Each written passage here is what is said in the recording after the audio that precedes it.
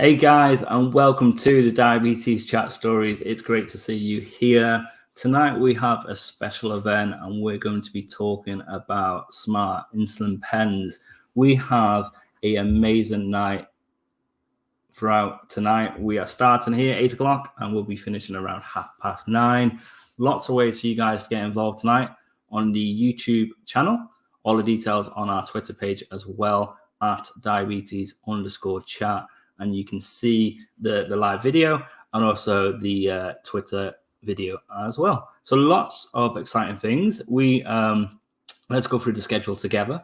We will be having Dr. Tom Crabtree on in a few minutes' time, and he will be talking about connected devices and smart insulin pens. And then we will talk and hear from a mum and son, hearing their perspectives of living with diabetes and managing diabetes with smart insulin pens. And then we will have a live panel discussion with amazing panelists and then some community Q&A. So you can get involved tonight. You can hashtag diabetes chat, that hashtag diabetes chat. And also if you want as well, you can hashtag diabetes chat stories as well. And you can send some comments through and questions for the guys throughout tonight. And if you're on YouTube chat, we can get your comments through to us. And if you're on Twitter chat, send your messages in the threads, and Mary, our studio manager, will bring them forward tonight for you guys. And then to sort of finish our evening, we're going to hear from Gary, and he is going to share some of the community views on smart insulin pens, and he's going to share what you guys have said through pictures and tweets. So lots to look forward to over the course of the next hour or so.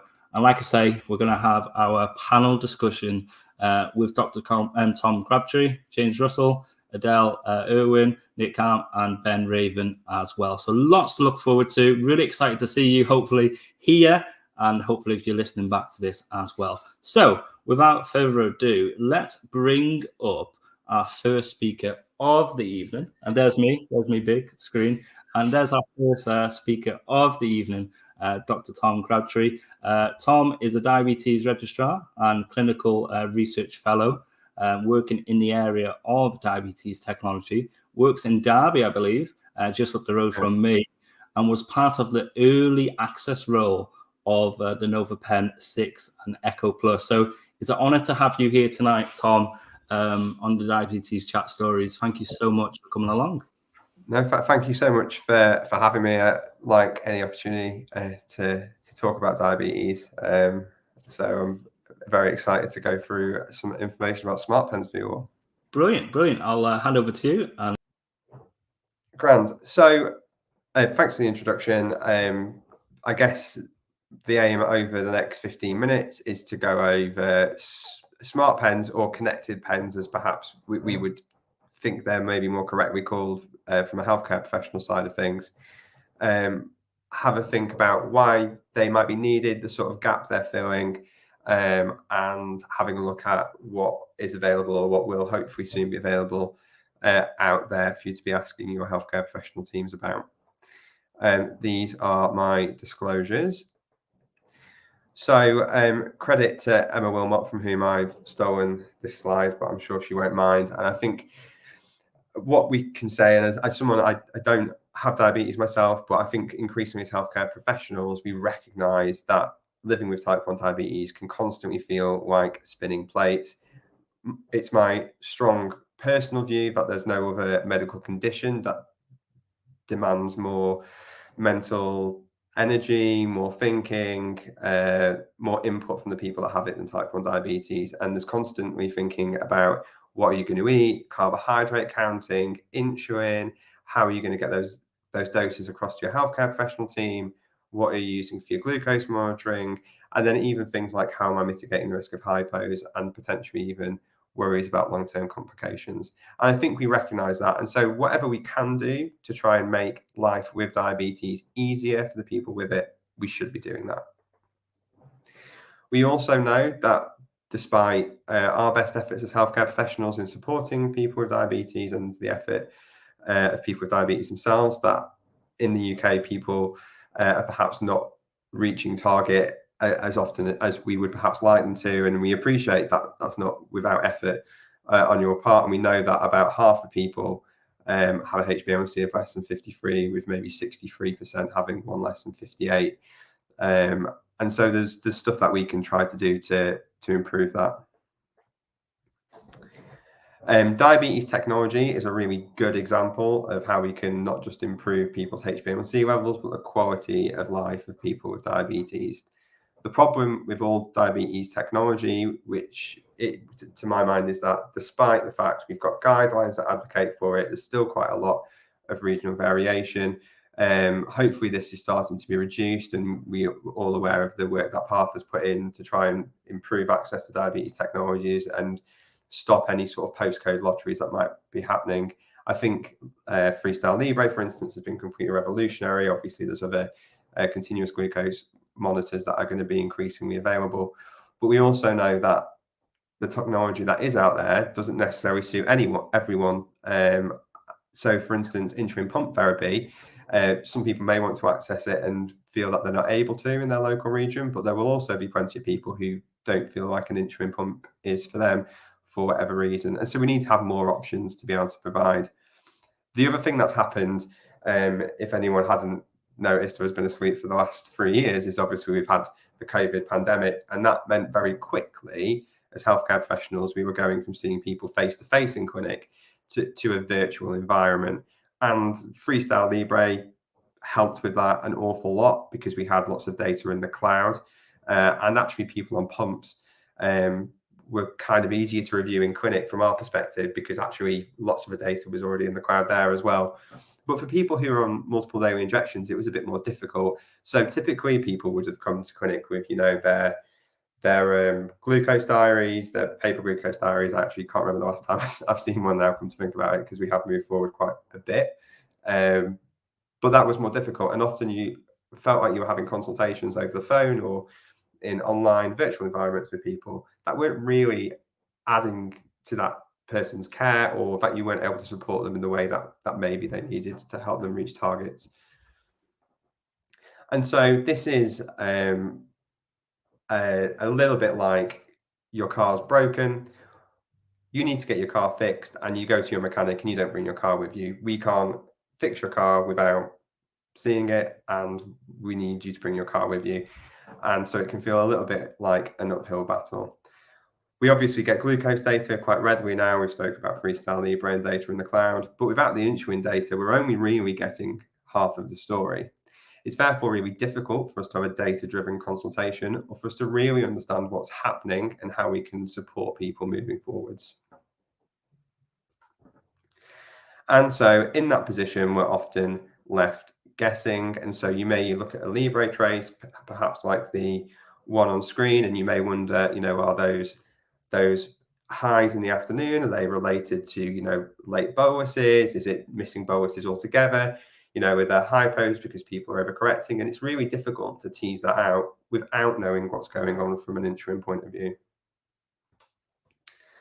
One solution to sort of bridge that gap is connected pens, and these, as a general rule, will allow for insulin dosing information to be recorded. That's really useful for people with diabetes to be able to review their own insulin therapy, but also really useful for us as healthcare professionals to gain an understanding of what might be happening and tease out any problems.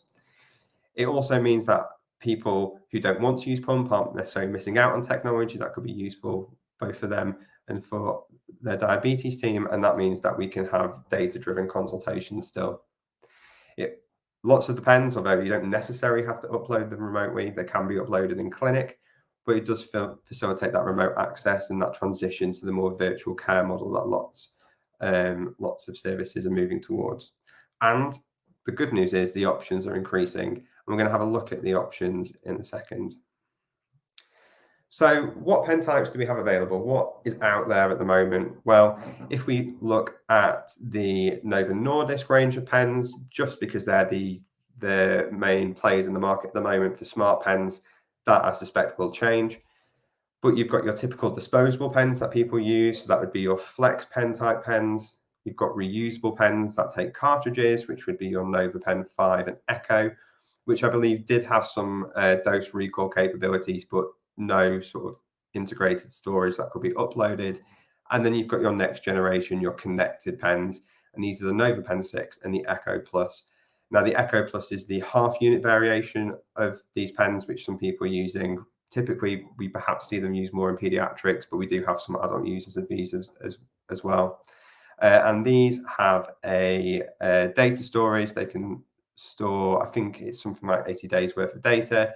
They don't need to be recharged or anything. And it's got a near field communication device, which you tap to the near field communication antenna. So where your Apple or Google Pay would be on your phone. And that data can then be uploaded to the cloud, or the same way we used to sort of download insulin pumps, or the same way we would download meters. We can do that in clinic as well. So we spoke about the NovaPen Echo Plus and the NovaPen 6, which are available on the market at the moment, but many people out there won't be using Novo insulins, and there's plenty of other options that will be coming down the line.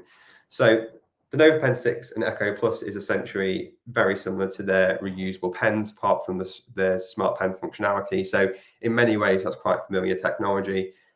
The things that are coming down the line are perhaps a bit different and might take a bit of getting people's heads around. So if we look at what Sanofi are developing, so they've developed a smart cap. So the smart cap sits on top of their disposable pens and records the doses taken. This does have to be charged, and then that is then uploaded into the cloud. They don't have a designated platform yet, so that's one of the other things we'll talk about in a second, but they will at some point upload into some sort of online data management system. We also have the Tempo Smart buttons, which are Lilly's version of this.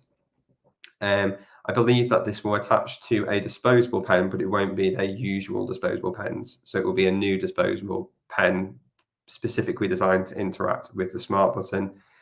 And then some of you may be aware of the Medtronic InPen, which again is a reusable pen, a bit more similar to the NovaPen 6 and Echo Plus, which has some connectivity to a smartphone app and will have some connectivity to Guardian sensors, I believe. And there will be a little bit of sort of automatic corrections and things that are suggested within that application. All of those I would maybe expect to see come to market within the next year or two. I think the InPen may already be available, but in a very limited way. The other two, not quite on the market yet, but will be here shortly. It's also worth saying that these pens aren't something that necessarily have to be prescribed. Lots of these can be provided via your diabetes team rather than sort of going through prescriptions. That might be a little bit different perhaps for the Tempo, because it needs its own sort of bespoke pen to go with it. But we'll obviously see how that pans out as these things arrive on market and we learn more about them. So as a clinician, what do I want to see in a connected pen?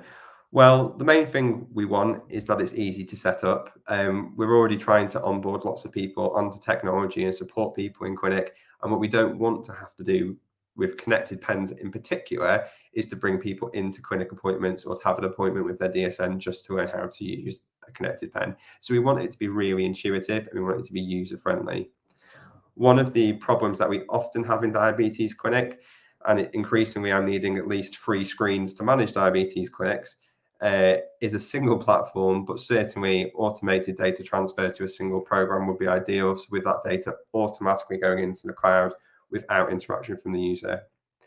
We want it to display insulin data on the same system as glucose data where possible. And ideally, we would like an integrated bolus calculator and an ability to do some calculations and display insulin on board. Those would be what we would want in an ideal world.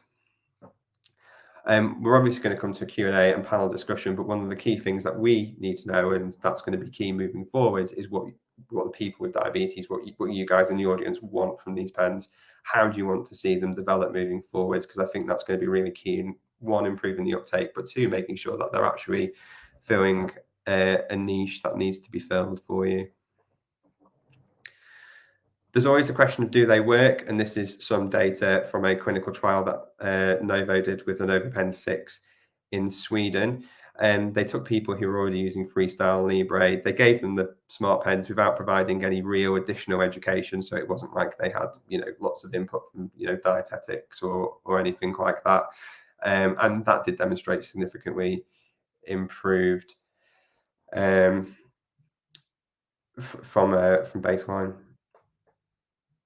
There are other positives. So obviously, one of the big things that I think we may need to look harder at in future, obviously, I think the function of diabetes technology was the first hurdle when we've got technology that functions well. The second thing we need to look at is access. We need to get technology into the hands of the people that need it and make sure that we're not excluding people who are from particular characteristics or people who can't access maybe websites who are maybe less digitally literate. So that's the other thing.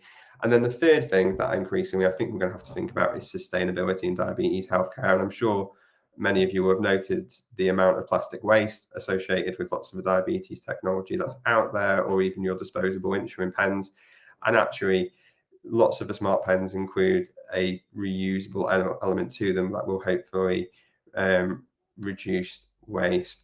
The other positive is that the pens that we've seen in use so far, they're fairly intuitive. They don't need lots of education, which fulfills one of our desires as healthcare professionals. And we know that it doesn't necessarily exclude people who can't upload from home, because we can give someone a smart pen and then they can bring it back to clinic for us to upload. So, for instance, people who don't have laptops at home, struggle with internet access, etc., doesn't exclude them from this technology, which is really good and increasingly a concern as we're moving into this virtual world for diabetes clinics. There are still downsides. So, I've mentioned briefly a few times access to care being potentially an issue. So, it may be that someone who is a bit older, a bit less tech savvy may struggle with these pens. I think the pens as we have them may be less of an issue, but we also need to make sure we get them into the hands of the people who need them. And there's plenty of people with type 1 diabetes who, for whatever reason, disengaged from secondary care and maybe being looked after primarily by their GP, who may not be able to provide these pens. So we just need to make sure that word is out there and people can get to them if needed. I don't think any of the technology we use in diabetes, whether that be sensors, pumps, or connected pens, are solutions to every problem in the world. And I think education is always going to be key. And we need to make sure that we're equipping people with the knowledge to make the most of the technology that we give them. And I've mentioned before interoperability. So this is a man with lots of screens, which I feel is increasingly me in clinic. And what we want to see is integration, single platforms, data that can be reviewed easily, ideally in one place. We do have options for this, and this has been a step forward when it comes to NovaPen. So since the later part of last year, it's been integrated with Libre and managed to make its way onto LibreView, which has been incredibly useful. So people using Freestyle Libre sensors, that's the option. And it also integrates with glucose. So for people using Dexcom sensors, that's a single system option for them to be able to upload their data to. As I already highlighted, the pens that are yet to come to market, we're not entirely aware yet as to what platforms they're going to be using. I suspect the Medtronic pen will use CareLink along with presumably access to Guardian sensors, but we don't know enough about the Tempo or Sanofi options at the moment to really know where that data is going to end up being viewable for us.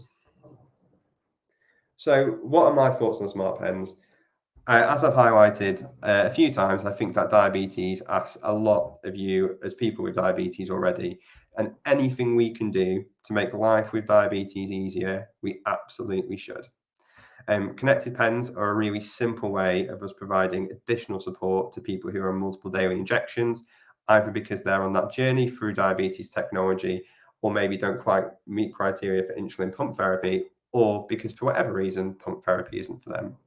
It means that we can have those data-driven consultations, which are of the most benefit and impact for both of us as healthcare professionals and patients. And it will also allow you as individuals with diabetes to review your own data more easily. We do still need to consider the impact of those who cannot or do not access technology and ways to facilitate this. In the future, there might be smarter pens, who knows? There may be a degree of automated dose delivery based off app-based calculators. I have this idea around digital wind-up, so we don't have to physically twist the pen, and that might be useful for people with limited dexterity. And who knows, there may even be a closed loop in pen form on the horizon. So in summary, I believe that smart pens fill a gap between injections and pumps. I think that data is power. It's power to review your own data, and it empowers data-driven consultations. The options at the moment are quite limited, but there's much more on the horizon. There's other advantages, including improvements in sustainability and the intuitive nature of this technology. But we need to remember that this is not a replacement for education and may widen divides where people are not engaging with care for whatever reason. Thank you for listening to my 15-minute introduction to smart pens. I'm happy to take any questions now or during the panel Q&A. I think I've gone slightly over on time, maybe just by a minute. So.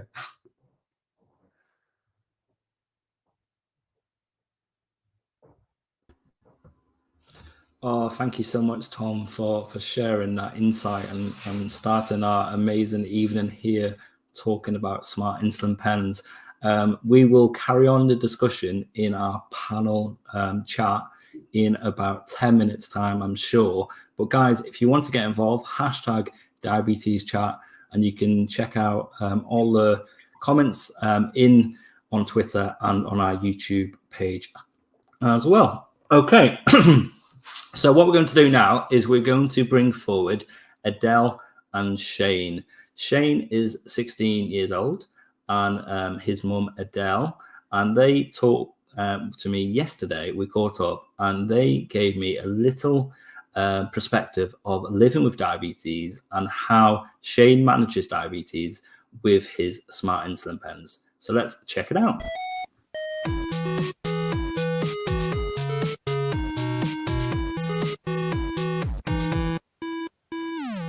Hey Shane, hey Edelle, welcome to the Diabetes Chat Stories. How are you guys? All good, Tom. All good. Brilliant. So tonight we are sharing and raising awareness on smart insulin pens, and you guys are going to share a little bit about your journey with smart insulin pens from Shane, who's got type 1 diabetes, and also Edelle as a mum. So why don't you tell us your connection to diabetes? Shane, how long have you had type 1 diabetes? I've had type 1 diabetes about 9-10 years now. And what sort of things have you used over the years to check your levels and inject insulin? We've been on the expert meter, the original AccuCheck meter. Yeah. And pens, just ordinary just pens. Normal insulin pens. And then we tried the pump for about wee while. 6 weeks when it was about 9 or 10, and it just wasn't. It didn't work for us. It was clunky and wired, and it just didn't fit in with us at all. So back to pens we went. Absolutely. So when did you actually start hearing about the smart insulin pens? Well, Shane heard from me, and I heard from. So with my work, I went on Twitter to learn as much as I could about type 1 diabetes. And then I came across you on Twitter, and all of a sudden you were talking about smart pens, and I was like, well, we're using pens at the minute. They're doing the job, but they're not doing it to the best. And I mean, over here, we can't access pumps really readily. It's not access is not, it's not the best. And especially at Shane's age, being a teenager, we're not priority. You know, it's younger people that are priority. So you started talking about smart pens. I went, hold on a minute. This is technology and it's pens at the same time. And it's like, to me, it's like a stepping stone between having a pump and having pens and working with pens. So it takes you towards tech and teaches you a bit about technology, but it doesn't take you the whole journey to pumps. But sometimes that's okay, and that's where you're meant to be. And, you know, so then Shane was, when I heard about it, I was like, Shane, do you want to try smart pens? Can we try smart pens? Can we? And poor Shane got tortured. Can we try them? Can we try them? Told him the information, and I think you realised too that it would be good to try them. Yeah. I was like away on Christmas. That's what he said. Absolutely. It's like a child at Christmas. Yeah, absolutely. And what features do you find are most beneficial to you, Shane, and how you manage your diabetes? What features do you like the most about the Smart Insulin Pens? Definitely the timer. They make sure I have done my injections, because like I'm very forgetful.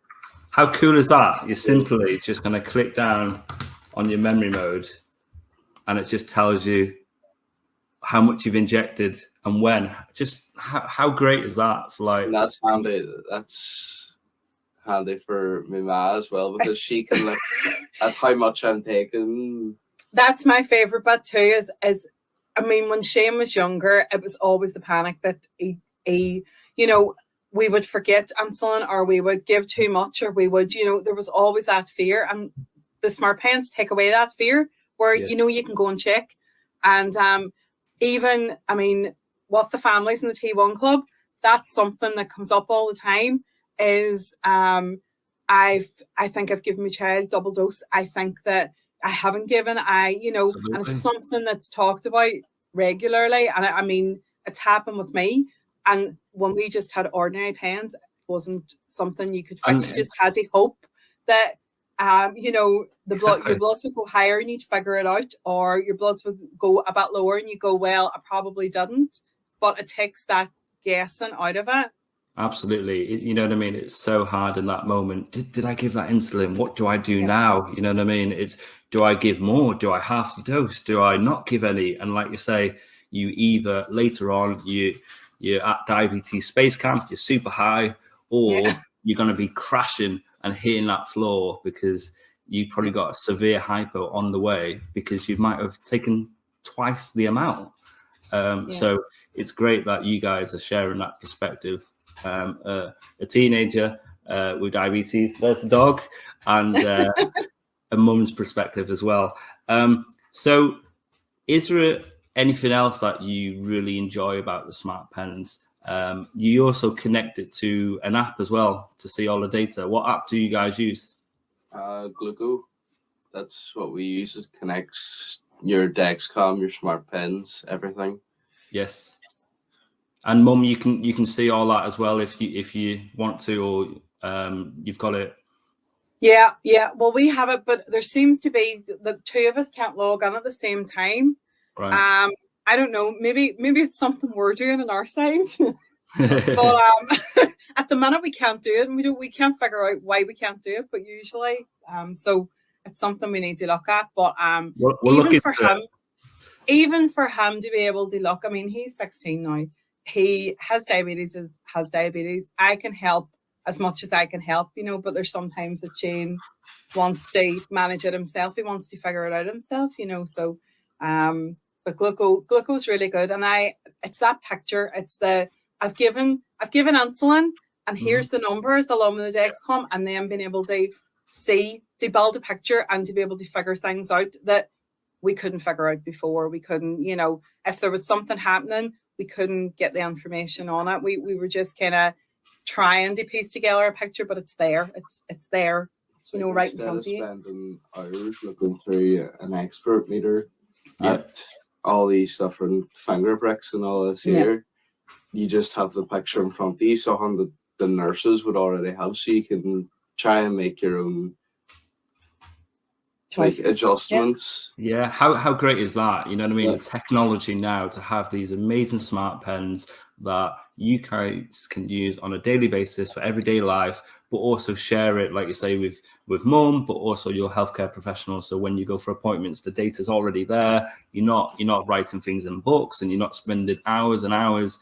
It's just seems more manageable with this condition that we're living in, just trying to help with that sort of burden, I guess.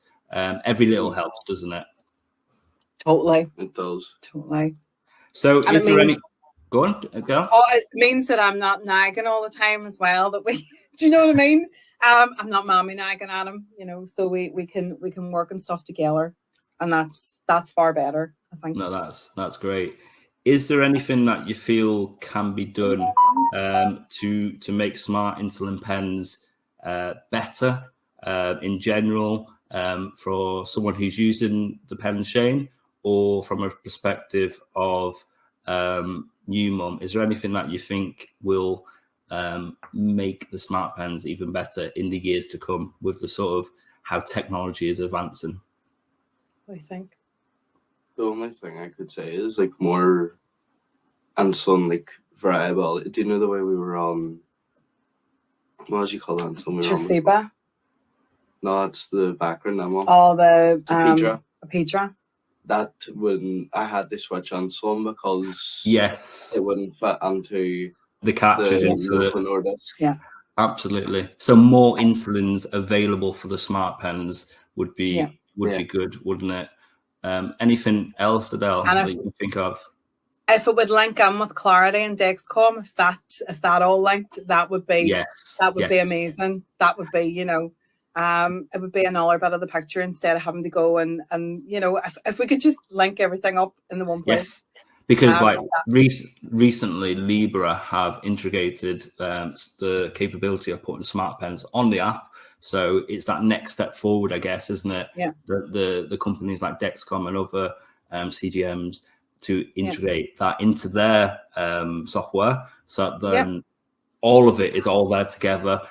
Even I know Gluco is really helpful and it's helping you, Shane, with everyday life, putting all the data in there. But having all the data just in that, say, Dexcom app would just be that next step forward, I guess, wouldn't it? Yeah, I mean that Libre, I only found out from a friend of mine because we're not on Libre anymore. So she showed me the wee picture of the you know, the smart pen on it that you can just click and you can see, and it's so easy, and it's, you know, it's just an easy thing that they well, it seems easy. I don't know anything about data or, you know, whatever, but it seems like an easy thing that they did, and it's beneficial, you know, where people can learn about it. Brilliant stuff. So thank you guys for coming on today and sharing your perspectives of someone who's a teenager and live with diabetes and using the smart insulin pens. You do an amazing job, Shane. I'm so proud of you, and keep it up, my friend. And also, Mom Edelle, thank you for sharing your perspective as well. Brilliant stuff, guys. Cheers. Right. Thank you. Bye.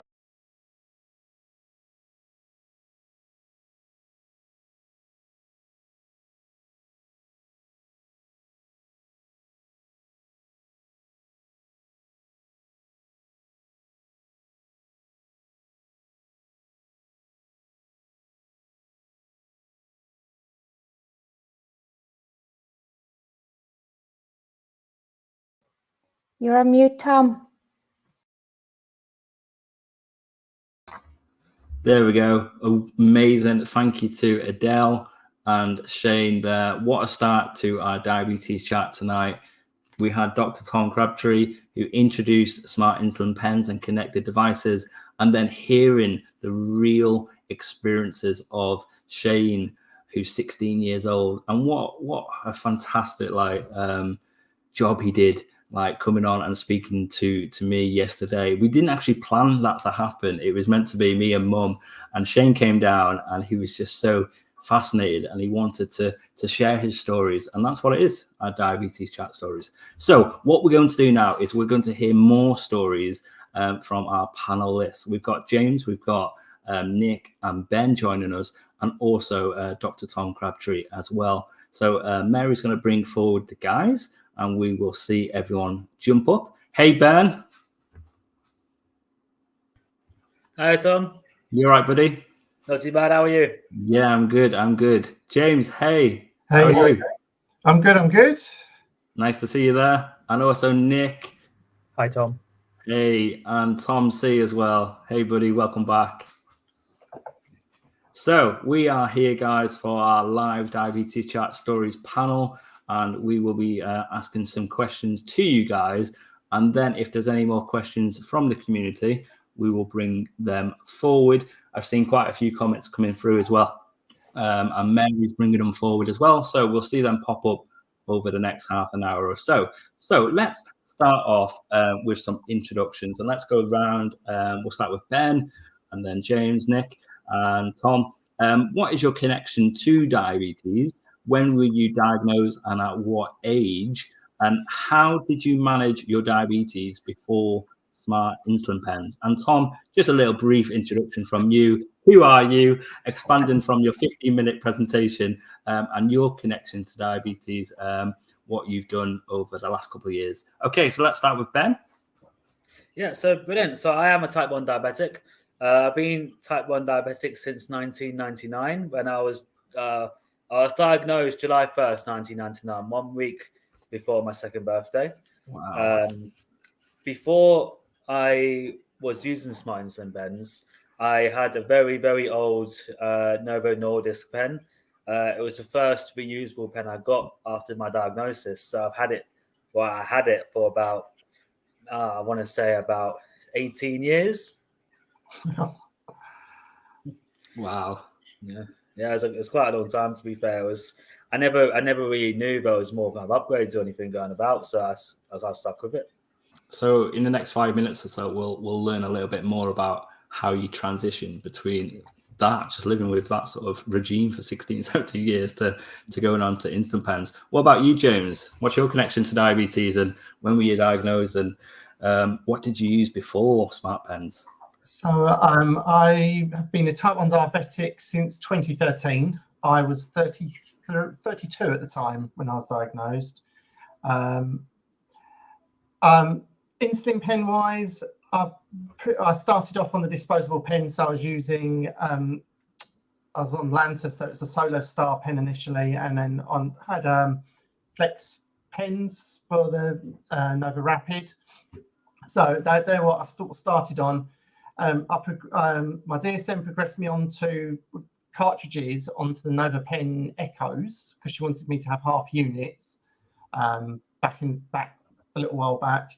And then, of course, they've got the counters on them. So, but the newer ones just are so much better. Absolutely. And everything on them. And we'll talk a little bit more about that. What about you, Nick?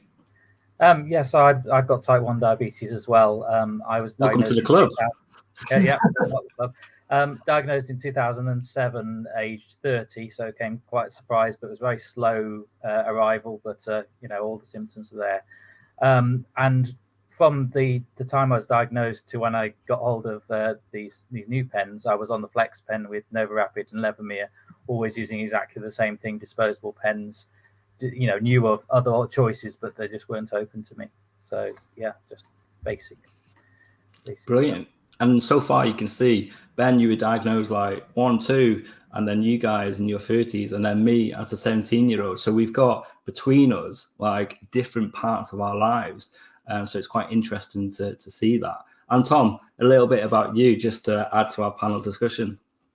Yeah, so I am a diabetes registrar and I work in Derby, clinical research fellow.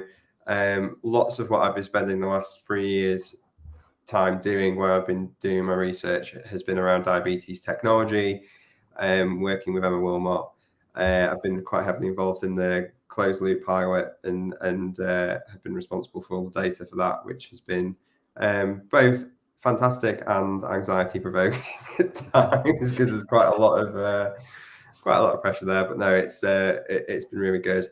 And then from a Smart Pen point of view, we got quite fairly early access to Smart Pens in Derby, so we've had some hands-on experience for perhaps a little bit longer than in some other centres. So how many people would you say are in your clinic or in Derby that use Smart Pens? To be honest, I've lost track. Certainly, we're not perfect at giving them to everyone. I think that's something we need to work at. Mm-hmm. I think it's fair to say that when we first started using them, because I don't think we realised how intuitive they were, it felt like an intervention, if that makes sense. It felt like something like a big deal.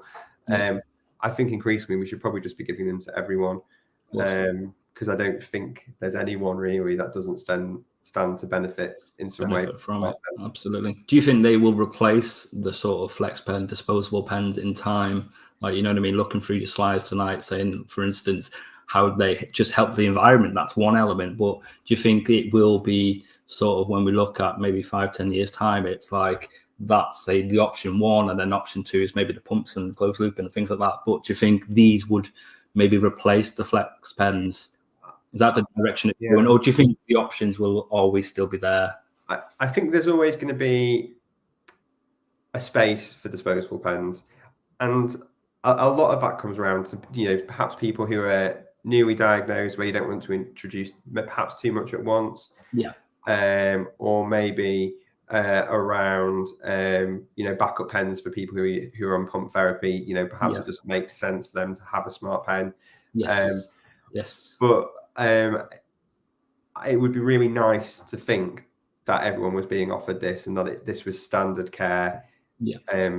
Maybe even from this point onwards, if we can try to do that. Absolutely brilliant. So let's bring on our first question. How did you hear about Smart Insulin Pens, guys? How long have you been using them? And why did you move over to the Smart Insulin Pens? Is anyone who wants to get the discussion going, and we'll go around and we'll just add in bits and bounce off each other. So who'd like to go first? Could I start on this one? Just because I think I'm probably one of the earlier adopters. I sort of discovered them in 2018, if I look back at my notes. And I spoke in 2019 with Mary from your team, from the DiabetesChat team, about it. And it was Novo said that they were going to be released in early 2019. And it didn't happen. And then the pandemic came and they were delayed further. And there was just this huge delay, sort of nearly 4 years between when they were due to be released to when they actually were released. So I'd heard of them and I was quite excited because I knew I wasn't going to get pumped because my clinic had told me basically I wasn't. So this was the natural next step. So I got one from an acquaintance. I couldn't get them from my clinic, and moved over middle of last year. Brilliant. I was going to say, I would say I got mine middle of last year as well. It was my DSN who I was working with at the time in the community. She said that she'd heard about them and that they were now available on prescription. So she was like, I'm going to write you a script because I know you like a bit of technology. So you can get them. It did take about 5 attempts for the pharmacy to get them. They kept getting me Echoes, not Echo Pluses. So I had to keep returning them. It's like, no, not that one. Should have kept them for a backstock, James. Yeah, exactly. But eventually got them. And to be fair, for me, I didn't sort of start using the smart side straight away. It was more the reminder and everything. I'm sure we'll talk about that in a bit. Brilliant. And what about you, Ben? So I used to have the Echo 5. Yes. I accidentally bought it. So I lost my original pen, which I had for 18, 19 years. And I had to buy the Echo 5. And without any knowledge of any smart pens or anything that was going on. Yeah. So when I got the Echo 6, I didn't actually quite know much about them, to be honest. I never really heard of any of them or knew the capabilities. And one of these speakers from the DiabetesChat a little while ago commented on my post when I posted a photo of it, asking me if I scanned it, if I'd used the Libre app or anything like that. And I had no idea that was even a possibility at the time. So I'm constantly learning as it is now. And you even taught me something recently as well, Tom, when about scanning them and how much data they're storing and all that type of stuff. And that's what it's all about. It's things like this, isn't it, guys? And on Twitter and on all the amazing peer support groups, is just raising awareness and sharing these experiences and helping other people out. Like Edelle said before, she didn't know about it until I basically put it on Twitter, and I didn't know about it until I went to a clinic just over a year ago when I was invited to go onto Libre. While I was there, they were giving freebies out, and us diabetics, any freebies were like, "Come on, give it to us." So I took it home, and I know they mentioned it to me years ago, but I was always quite probably scared and petrified of change because for 16 years I'm just like used to just doing the same sort of thing, the same routine, and I was petrified, thinking I might do it wrong. What happens if I put the cartridge in wrong, or you know what I mean? But you know what I mean? Once I got going and I just built that confidence up, and I just haven't looked back. So thank you guys for sharing all that. Let's look at our next question, shall we? What features do you like the most about the Smart Insulin Pens, and how has using this technology, these connected devices, improve your quality of life? Have you seen any differences in your overall management and control? Does anyone want to kick us off with that? Big question. Yeah, sure. I'll kick us off. Go for it. I suffer from a condition called dyspraxia.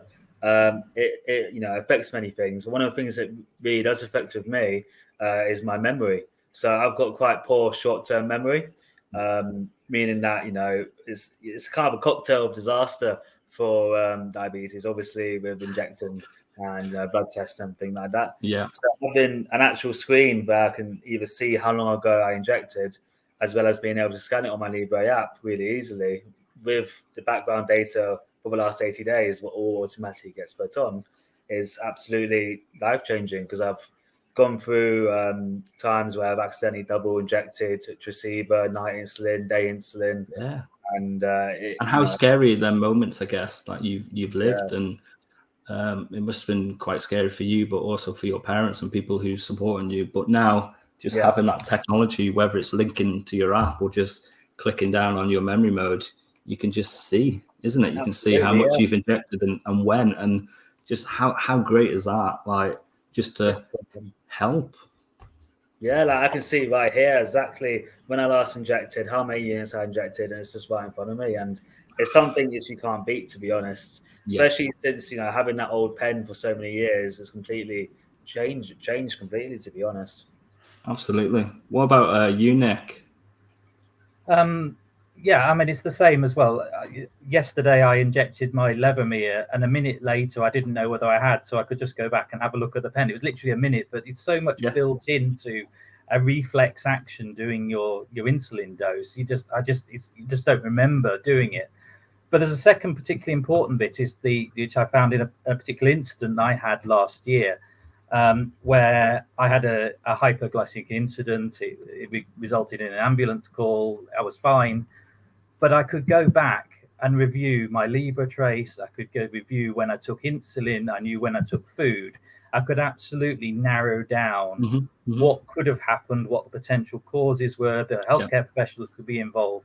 It gives that complete picture, which is missing. It could have been, oh, maybe I took the wrong insulin, but you have absolute proof that you didn't. And that's what Edelle and Shane were talking about earlier as well, wasn't it? That complete picture, or as close to that complete picture as we can possibly get, and hopefully things will improve. But that must have really in that moment really been beneficial to have that sort of all them bits of that jigsaw, and you could then evaluate and go, actually that was the reason maybe for this, or whereas years ago you didn't have that. It was just trying to remember, and you know what I mean? If I said to you, how much insulin did you take even yesterday for your lunch, you don't know, you know what I mean? But now just clicking on and put on your software, it's there, isn't it?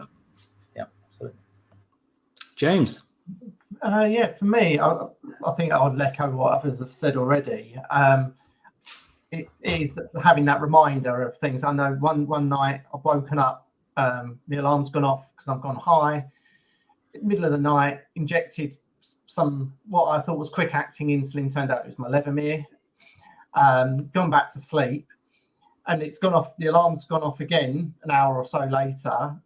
And I'm climbing like now 18 or something, and it's like, why has that not worked? And you're sort of like half asleep looking at it, it's like, oh, I can see what I've done here.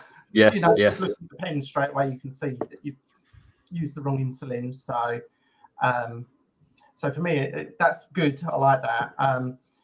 From bringing the data into the apps, I find that very useful. At the moment, I'm using two. I'm using Gluco just because I can link that with the Dexcom One, but I'm also using My Sugar, which allows it to feed that data into the Apple Health data on my phone. And Apple actually gives you some trend warnings and things like that. That it's like, oh, you've used more insulin over the last week. Your trend has changed. And gives you things like that as well. So I found that quite useful. That's great. And I know Ben and Nick, you're on Libre, right? And obviously James is on Dexcom. Tom, is there anything you want to add to that question from your standpoint? And what features do you really enjoy about the Smart Pens, or what do your patients at clinics say that they find help them? So, I mean, from a healthcare professional point of view, having the insulin data to look at is incredibly useful, because we, rather than making assumptions about what a glucose trace might represent in terms of insulin taken or not taken, it just means we've got that clarity there to be able to support people, and that's been incredibly useful. One of the things that's really striking from listening to everyone else speak today that I think that sometimes take for granted is actually like just its functionality and being able to assess whether you've taken your dose or not, and remind yourself. And that's actually, it's probably something that we think less about as healthcare professionals, or certainly as a healthcare professional that doesn't have diabetes myself. I didn't think of that very simplistic. Yeah, it's the safety blanket, Tom. I think it's exactly, that, you know what I mean? Because if before using disposable pens, we wouldn't know that, and then it's that, you know what I mean? It's what do you do? Do you think, oh my God, do I give more insulin essentially, or do I not give the insulin? Do I half it? Yeah. And like I said to Edelle yesterday, you can then really be high and be really poorly, or you could go into a severe hypo. So you know what I mean? It's the most simplest of genius ideas. It's just so beneficial. It's like the most simple things that it offers is the fact that it recalls doses and when you took it. But actually, from a day-to-day living with diabetes perspective, sounds like it's probably the most helpful, or one of the most helpful features. Absolutely, brilliant stuff, guys. Let's look at question 3, shall we? How did you find the transition to Smart Insulin Pens? And do you see Smart Insulin Pens as the next stepping stones before insulin pumps? I'm going to come to James first, and then Nick, and then Ben, because I know, Ben, you are on another transition soon, which is exciting. So let's start with Nick. How did you find the transition to moving from disposable to Smart Pens, and do you see it as the next stepping stone for a pump, or are you really comfortable in using the Smart Pens in your journey right now? Yeah, I think the transition is simple. The only difference for me was changing the vials, which is so incredibly easy. You can't get it wrong. You can't put it in upside down. It's literally just 2 clicks and it's done. And it's also less to carry as well, which is a good thing. I'm not sure I see it as a transition, because I'm kind of, my transition from, I want to move straight from pens to closed loop or whatever the technology is there. I don't see, for me at the moment, the need to move to a pump. So not particularly. I just see it as almost closing the loop, as you well put it at the beginning, of injecting. And if we can get something with food as well, then we're really getting close to having the equivalent of a closed loop, but with injections. Brilliant stuff, James.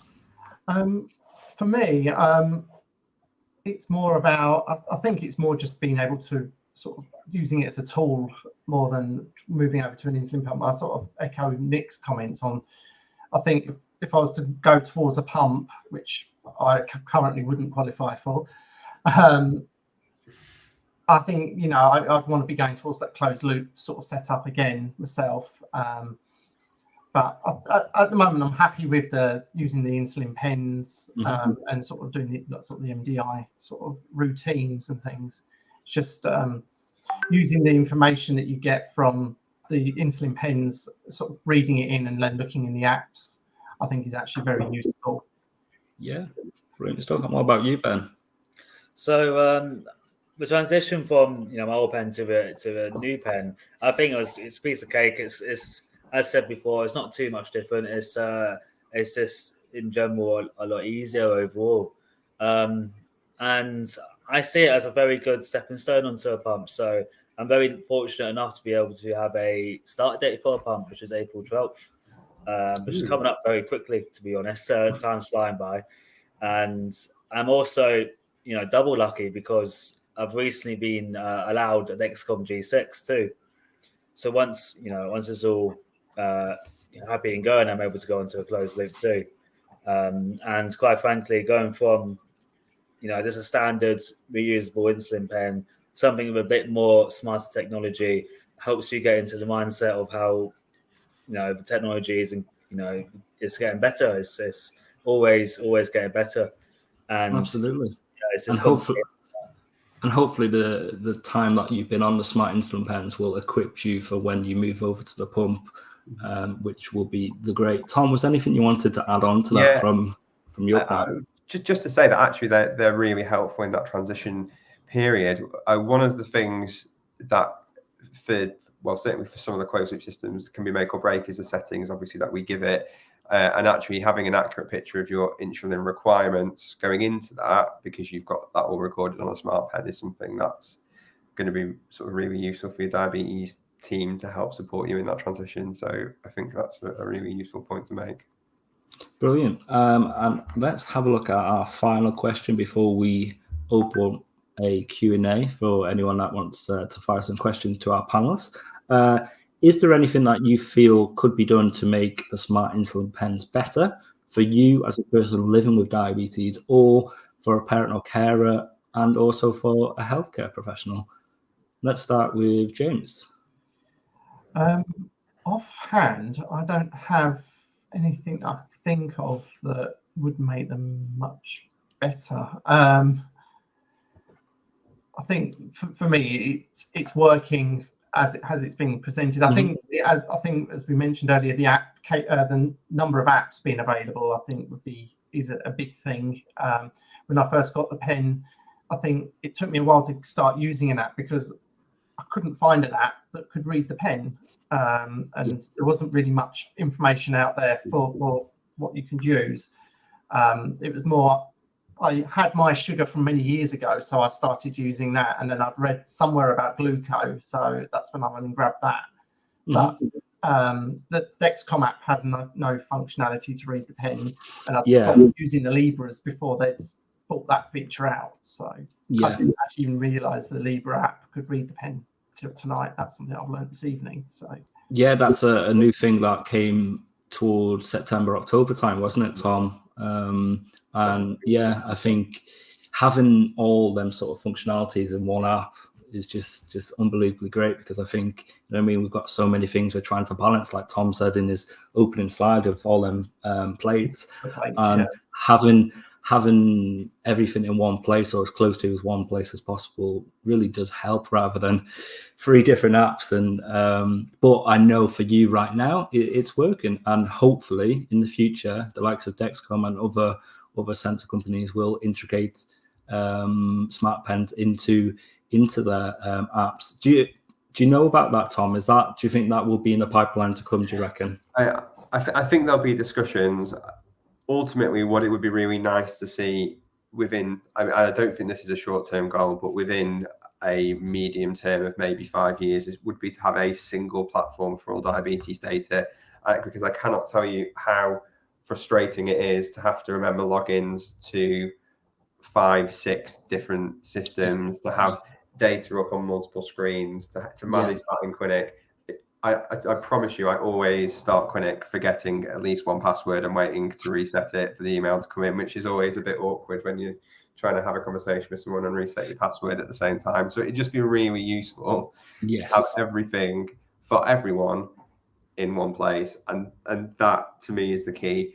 And I think some of the onus, of course, your voice is going to be incredibly important in putting that forwards to the technology companies moving forwards. And I think maybe moving forwards, when we look at what tech gets commissioned and what doesn't, their requirement for things to be made interoperable is going to have to be on that list of things that you kind of have to meet to get approved. 100%. Let's come to you, Nick, and then Ben, just before we wrap up this section, because I'm just looking at time and it will be our open Q&A in a second. What about you, Nick? I think I agree wholeheartedly with that, and also getting the information about food to feed through as well, about the bolus calculator, that side of things. Yes. But a different perspective perhaps is how the healthcare professionals can help us to interpret that, because the people here perhaps are well versed, they understand what it's showing you, how to use it. What's out there to help the healthcare professionals? They're having to learn about AGP for Libra, how to interpret that. Now this is adding into the mix. Of course. And what's the role of AI in this, as was mentioned in the chat as well? Is there help to interpret this, that then the healthcare professionals can say, okay, have you thought of doing this? Have you thought of changing this? And really making that two-way. Because at the moment, I think if I went to the clinic with it, they probably wouldn't know what to do with the data. And that's not their fault. It's all so much coming through, but we need to empower them to help us to manage better. Anything to add on to that, Tom? I would agree. I think that there's lots of issues around that. One of my roles is I'm also the chair of our national registrar organisation at the moment. And I think recognising that people who are going to be qualifying as consultants are going to need to have some level of knowledge around diabetes technology, whether they end up working directly in a pump service or not, is important. And I think lots of it is making sure that we've got the opportunities in terms of courses that are being offered by organisations like the Diabetes Technology Network to make sure that people who are already consultants or who are diabetes specialist nurses or dietitians have those opportunities to learn more about it, because it is a steep learning curve, and in many ways you only learn by doing, and that's certainly what I found myself. Brilliant. And Ben, to wrap up this section. Something I've seen, a couple of comments about this as well, is some sort of way to have alerts maybe on your phone to remind you to inject at certain points. Maybe Libre can learn a pattern where you inject morning, afternoon, evening, nighttime, how much you inject, average times. So if you do ever find yourself in a situation where you may have forgotten, you can just get a ping on your phone and it will be there. Pretty much that. Yeah. No, that's good. That's good. And a few other things that I've seen people on Twitter post about is more available insulins for the smart pens, because I know a lot of people maybe on a particular brand and then they go onto this technology, then they have to change their insulin, and it's a new sort of lifestyle to adjust to as well, not only the technology but the insulin, how will that sort of react with their body. So I guess that's another thing. Brilliant. So that concludes our open forum, and hopefully now we will have a couple of questions that Mary will bring forward, and Kez or Gary will ask some questions. I believe, is it Gary jumping on potentially for this bit? And I've seen Kez is having a few technical problems. I'll let you jump on this section for the next 10 minutes, Gary, and ask away. That is fine. Thanks very much for passing on to me, Tom. I will apologise. Kez was supposed to do the section, but we're having some technical issues with internet. So a couple of the questions that we've had, you've answered a couple of them, but I am going to ask them again just to get a broader perspective of how everybody feels about it. But one of the questions that we've been asked by the fantastic Care21 Care is, are GPs prescribing smart pens? So I am assuming that there's been a problem somewhere for people getting them off GPs. So does anybody care to let us know their experience with it, or if we know how we go about getting smart pens off of GPs in an easier format? So I wasn't prescribed mine through my GP. It was through my specialist. I went in for, your general checkup, your HbA1c, blood work, and all that type of stuff. I queried about it, and they were very happy to prescribe one to me. The only issue is that seems to be very limited stock in the UK at the moment. It took me about 2 to 3 months to actually get one. And that's unfortunately what's been happening at the moment, I believe. Yeah. Likewise for myself, I was my specialist that prescribed it for me. I generally find that my GP is quite, what I ask for I generally get, as long as the area allow it. So I would think if one broke or I lost one, I think I'd be able to go to my GP and request another script for it without too much action. Yeah. So so I've got a bit of experience with this. So I know that to an extent Novo Nordisk were going around DSNs and giving them some which they could give out. It was then subsequently listed on the tariff. So in theory, it can be prescribed, but it depends then on your area whether they want to add it to the formulary or not. Yeah. So it can be a bit of a problem. And as the final way, which you can buy them about £50 each to buy, there's a number of stockists that I've seen about them. But I think the easiest is talk to a friendly DSN, which they all are, and they may well have some available that they can give to people. Yeah. Is there anything you want to add to it, Tom? Yeah, I sure. I mean, what we've done locally, I don't think off the top of my head that we've typically asked GPs to prescribe them. Usually we've got a stock, and we either ask people to come to clinic and collect them, give them when they're there for face-to-face, or we even post them out to people. So that's typically how we've got them into people's hands. rather than prescriptions. Certainly for the Nova pen at the moment, which is the obviously the one that I think everyone's using, because the others aren't really widely available. Yeah, and I think that I think it is a common thing, and I think you can get GPs to prescribe them. It's just how much you're willing to barter with your GP, and I think that is what we need to remember. We're forever saying it, and it is a postcode lottery sometimes, and with a GP, it is a postcode lottery, because sometimes GPs don't understand, because they've not got specialist training on diabetes. They don't understand the benefit of some technologies, so it is easier sometimes then to go to a diabetic specialist nurse or specialist and ask them for the technology that's available and see how they feel about it for you. So another question we've had that is a fantastic one from Leslie Doherty7 is, will it be possible for future insulin smart pens to have an insulin bolus calculator, which includes adjustments for things such as exercise, that if you're not in your specific target of blood glucose range? And I think that is an excellent question. So who wants to start with that one? Can I start? Yeah. So I think that's what we're aiming towards. I believe the Medtronic InPen has that functionality, and I'm sure there'll be other apps in development for the other smart pens that will do similar. And I think that's going to be really key, getting to the point where actually, you know, you're wearing a sensor, the sensor data is on an app already, you add in your carbs, tell it if you're going to do exercise in the next few hours, and it spits out a dose that you inject. Yeah. And it does it all in one go, and that's where it needs to get to, really. Yeah, definitely. Does anybody else want to add on it, or does anybody else have a feeling about how they feel it would be if they had a smart pen that done that? Like what benefits it would bring, or what disadvantages you feel it would bring? For me, from previous calculators that I've had or used, haven't worked very well for me. So I sort of use them for a short while and stop.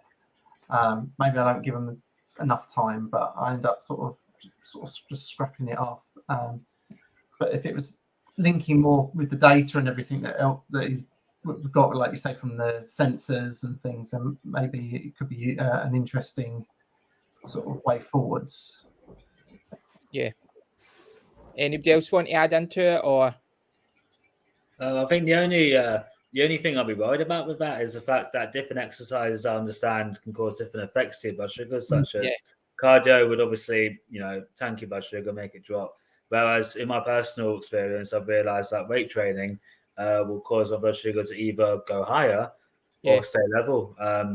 So being able to you'd be apt to distinguish between the two confidently and accurately, maybe more of a long kind of plan for it to read your data first, if you know what I mean. Yeah. And I think that is a great thing that you've brought up there, Ben, in terms of being able to identify what sort of exercise it is. And I think no matter whether it's smart pens, whether it's disposable pens, insulin pumps, there is a level of user that's got to be involved in it, like sensible user term is the best way I think I'd say it, in terms of knowing what you're going to do and knowing how the impact it's going to have. And I know exercise is so complex in terms of trying to work out, because what works one day might not work the next day. And that is the joys of diabetes. And I think we've all experienced that. We can have the same breakfast for a week and then you take it the next day and all of a sudden your blood sugars decide either they're rapidly rising or tanking to the floor. And you're like, well, nothing changed other than the fact that it's a different day. So I do think that there is a bit of user interface still on that and understanding what sort of exercise we're doing and knowing yourself, because I know when you're trying to do some exercises, you don't know what's going to happen to your blood sugar. So it's a case of try and see, and then you'll know next time, well, the risk is that I'm either going to rise or drop, and you can adapt and adjust. Does anybody else want to add anything, or are we ready for the next question? No, right, ready for the next question. So this question comes from, and I'm sure we all know who it is, Tim Street. Mm-hmm. So this is slightly different too. It's about smart pens, but it's also about smart apps is the best way to describe this. Are there any apps right now that learn when you dose insulin and automatically remind you that you normally give a bolus or basal at this time and let you know if you have forgotten to take this injection. So does anybody know if there's anything like this or care to expand, or does anybody want to talk about an app that they would like to build and develop themselves for that? I'm not aware of any apps that learn it automatically. Yeah. The only one that, again with Gluco, I've got a reminder for my background every day. So and that goes off at 7 p.m. But that's the only, but that's a fixed time sort of reminder that's in the app and reminds me. But I haven't got, don't know of any other apps personally that can help with that. Yeah, and I'm assuming nobody else has heard of any apps like this. No, So, although it shouldn't really be on the realms of what technology is able to offer, especially with AI on the horizon. Yeah, I guess. I guess in some ways it's perhaps not quite as simple as saying, "Oh, you normally inject at this time," because actually, you know, you might be eating at different times, or if you are someone who, you know, I say this acknowledging that if I had type 1 diabetes, I would struggle to pre-bolus because I think it's an unrealistic expectation on people. But but if you're someone who should be pre-bolusing and doesn't, then you know it would learn that habit and then perhaps reinforce it, which maybe would be less ideal. So it would have to integrate some sort of glucose data to detect, you know, oh, you normally inject at this time and your glucose is rising. Have you eaten? Do you need to inject? Rather than just reminding you to inject at set times, perhaps. Yeah. But I don't see that as being outside of the realms of some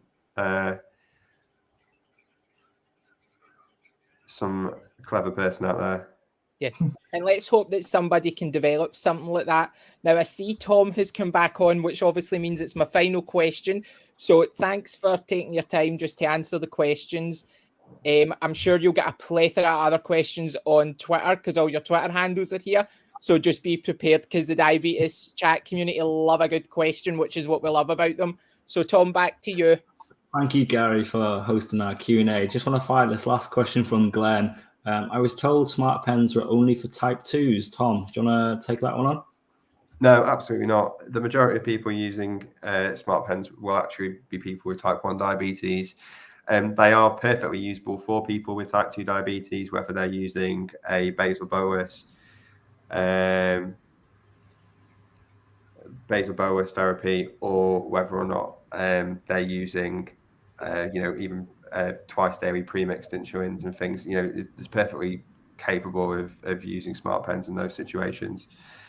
So yeah, it should be for anyone with diabetes using insulin therapy. Brilliant. Thank you so much. Thank you to the community for all their questions. We've got a few to you guys tonight, and like I say, we'll collate them on Twitter. And I'm sure there'll be loads of replies in your boxes for you to go have a look at. But honestly, thank you, Ben, James, Tom, and Nick for your time this evening in speaking in our lived experience panel discussion about smart insulin pens. I think we've absolutely smashed it and raised a lot of awareness for the connected devices. And honestly, thank you for taking the time to talk to our community tonight. So thank you, guys. Welcome. Thank you. Brilliant. Thank you so much. Thanks. So, Gary, I am going to hand over to you. It is 9:15, guys. You are watching the Diabetes Chat Stories.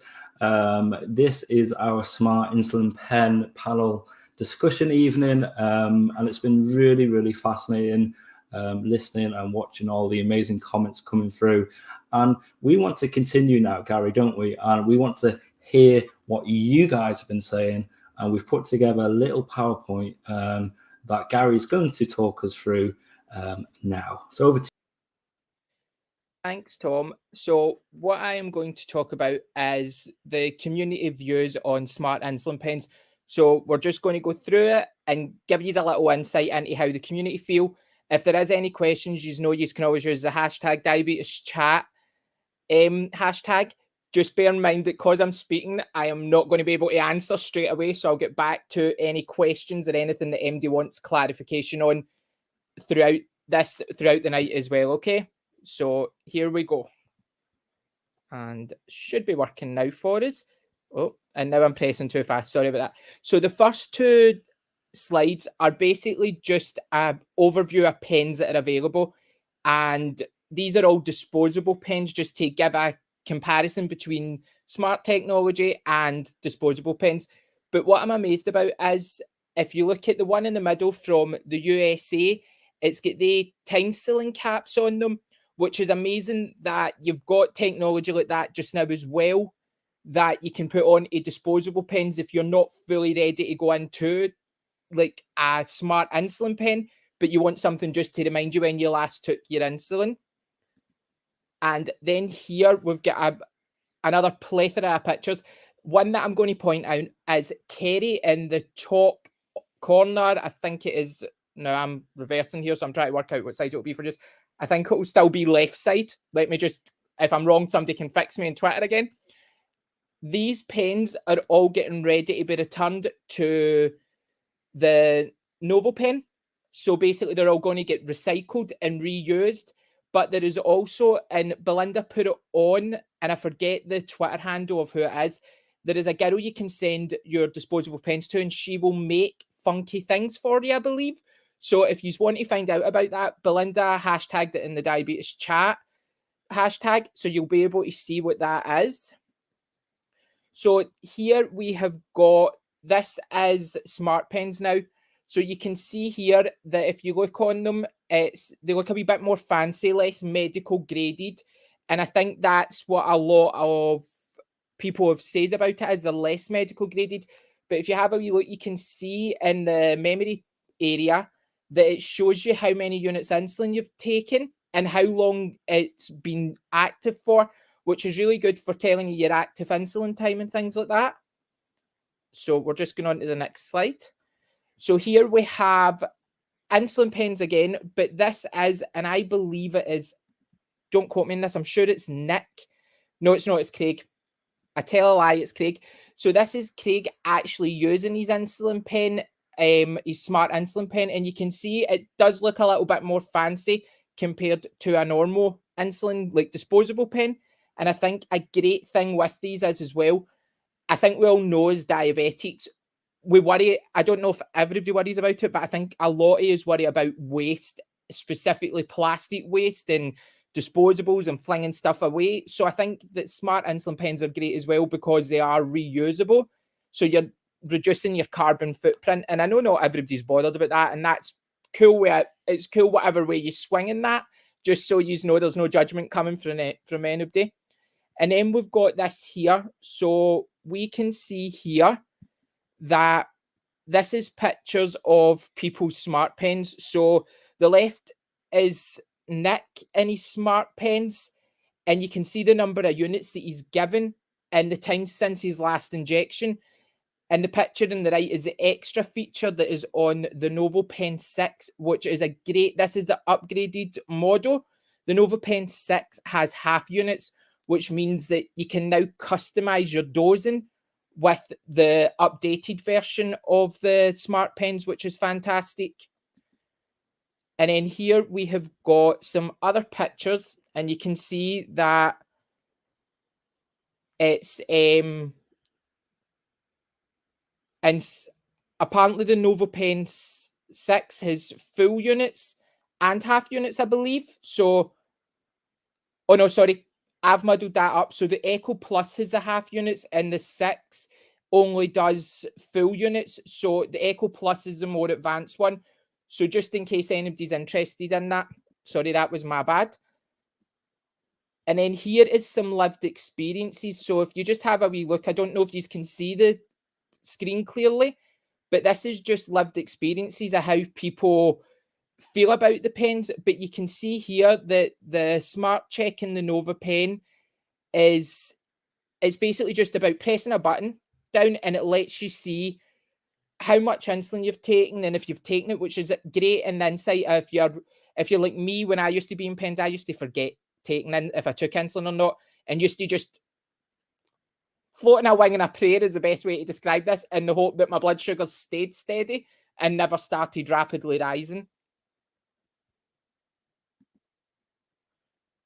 And I've just had a wee update here that the max dose per injection in the Echo Plus is only 30 units, and it's 60 units in the NovoPen 6. They have said that they're going to double check, but just for people, if anybody wants to know, there is some dosage limitation on that for you.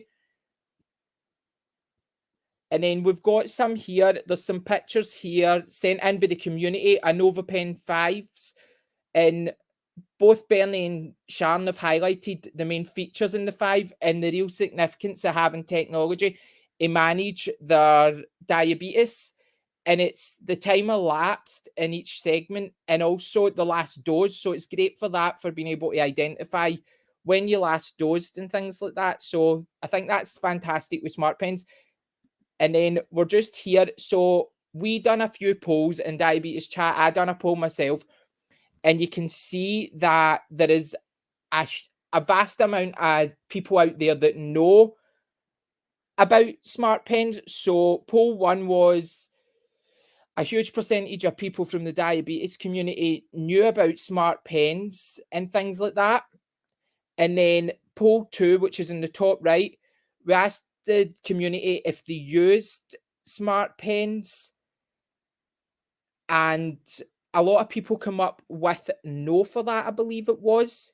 So yeah, as you can see, a high percentage of people don't use Smart Pens, but they know about Smart Pens and things.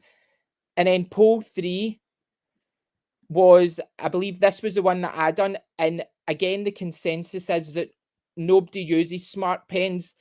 And there was a few people that didn't actually know what Smart Pens are. And that was that gave us an insight into seeing how they're promoted and things like that by not only by diabetic specialists and us, but companies as well. And then we've got a few bits here, and I'll just let you have a wee look through this. It's round about people and how they feel about them and the benefits that they've had and things like that. So I think one of the biggest things is that it can line up. A lot of people from the community come in and says it can line up with your Libre app and things. So it means that you can keep a notice of everything you're doing. So it gives you a more holistic view of how you're treating your diabetes. And then here's just some more. And I love this one here from Karen. It's the best invention ever. I just think that just shows you, like, people are falling in love with these things and they're seeing differences with it. And I think a lot of the community that are using them are also discussing the benefits of them. Now, on the flip side, we do have a slide here that I really want to highlight in terms of there is some people out there that don't have access to these sort of technologies. So they can't get access to them because, and specifically in Australia, they're not actually subsidised by their health service. And a lot of tech isn't there. So I think that just shows us, even in developed countries, there's still lack of access to this technology. And I think the top right one is a great one here. Somebody says that they feel they've already got a lot of tech in their life and they don't want to add any additional tech in. And again, that is 100% everybody's choice. And don't think for a minute, just because there's all of these things like smart insulin pens and things, that you've got to go and use these. It's about personal choice. It's about how you want to use how you want to focus on your care and how you want to use things that are readily available to you. So don't forget that Smart Pens, just because they're out there, it doesn't mean that they're for everybody. We did hear from earlier on from Edwina and her son that they had an insulin pump that just didn't fit in with their life, and it just highlights that just because there's technology there doesn't mean it's right for everybody. And then here is just a Libre screen, and this is fantastic. It just shows you. So this is one that somebody has linked up with the Libre app, and it tells them how they're checked, how many units of insulin they've took, their blood sugars and everything. And I think that just keeps it really good for you. But also, see, if you look in the middle one, you can see where there's a spike. So it lets you see what you've had and how much insulin you've took, and if you need to readdress things or how you would want to work with that.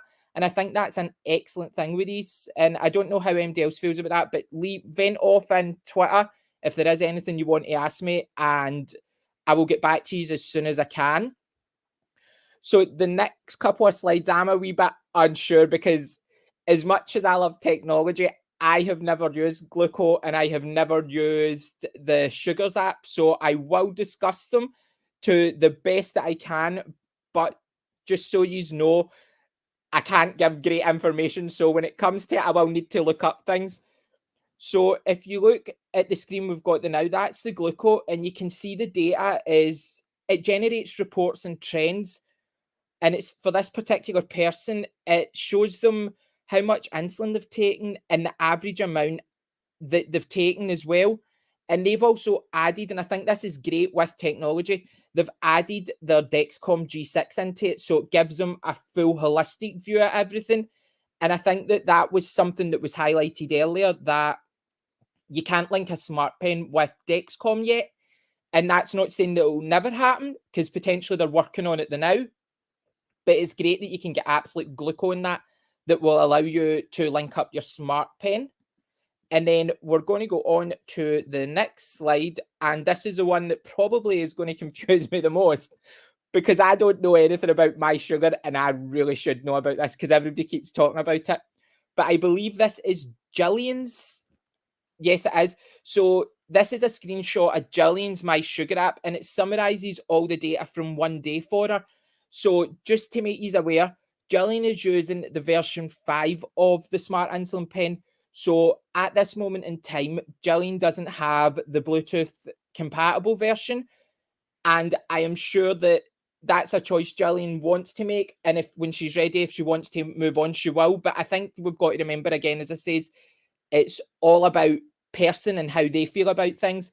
So the great thing with Jillian's is Jillian's data is actually linked into your Apple Health app, which really I think is amazing that somebody knows how to do this, because I don't even know how to do this. I get completely confused and flustered with things like this.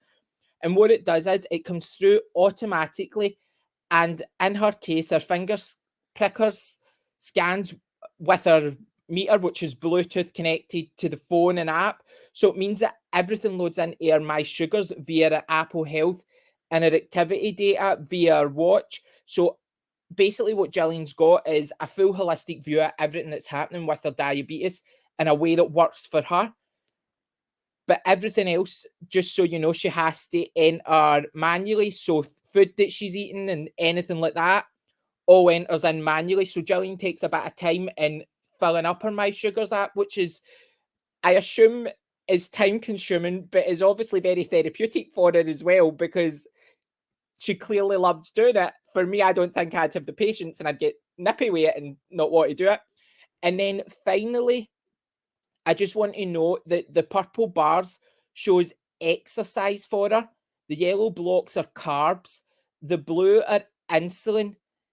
And it means that all her summary graphs are really practical for her. So if you can see, she's got all of these wee bars in the top here that show you where insulin's been done, where exercise has been done. And it lets her have a more holistic view of what she's done that day, and how her diabetes and how she's caring for her diabetes and the way it works for her. And I think it's just fantastic that way. And finally, we would like to thank everyone who has shared their pictures and tweets to us. It has been greatly appreciated. And I would also like to take this moment in time to thank Mary, who is hiding in the background, so hasn't had to come on video, which is very lucky of Mary, for all the work she's done in just making sure everything runs smoothly for us. And also one final thanks to Tom and everyone else that came on, because without this, without Tom, none of this would have been done. So thanks very much for that, Tom. And you're on mute, Tom. Amazing, Gary. Thank you so much for your kind words.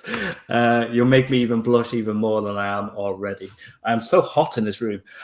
So guys, thank you so much for sharing your community views. I think it's so important. And I think tonight we've just been on that full journey, haven't we? We started the night. Let's bring up my slide so we can have a look, shall we?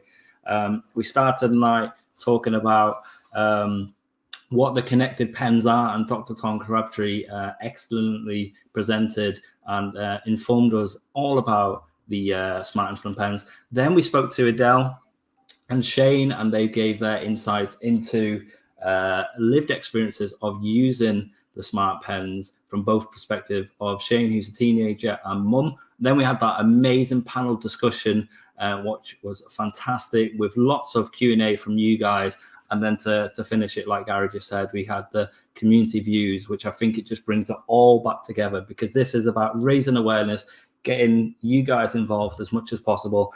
And I just want to finish with this slide. If you want to learn more about Smart Insulin Pens, you can check out our website, DiabetesChat.net.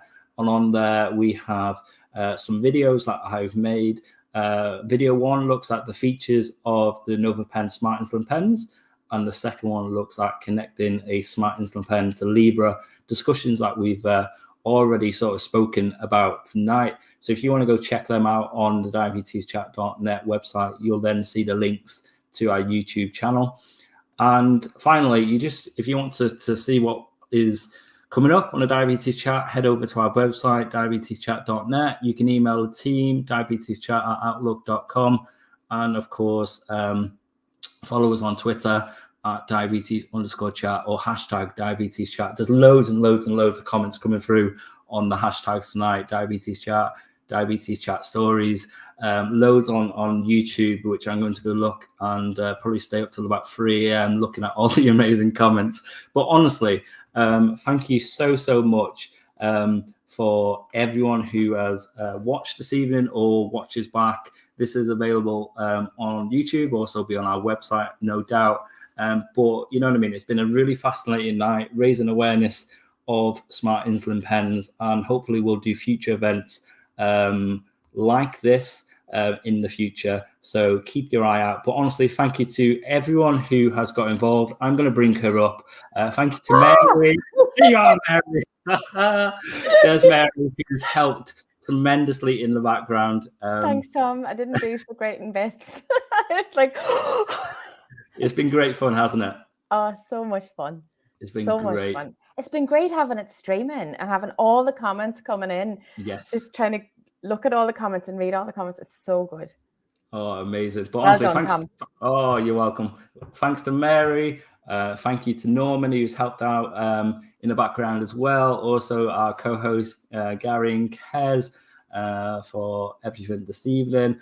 Thank you to our panelists, Tom, James, Ben, Nick, Edelle, Shane, and also everyone in the community that got involved in all them pictures and tweets and helping out. And also you guys that have joined in tonight as well, commenting and getting involved. Please let us know what you thought of the night. Maybe head over to Twitter, hashtag diabetes chat. Let us know what you enjoyed about the night. But from me and the team at Diabetes Chat, this has been our Diabetes Chat stories on Smart Insulin Pens. Until next time, see you later.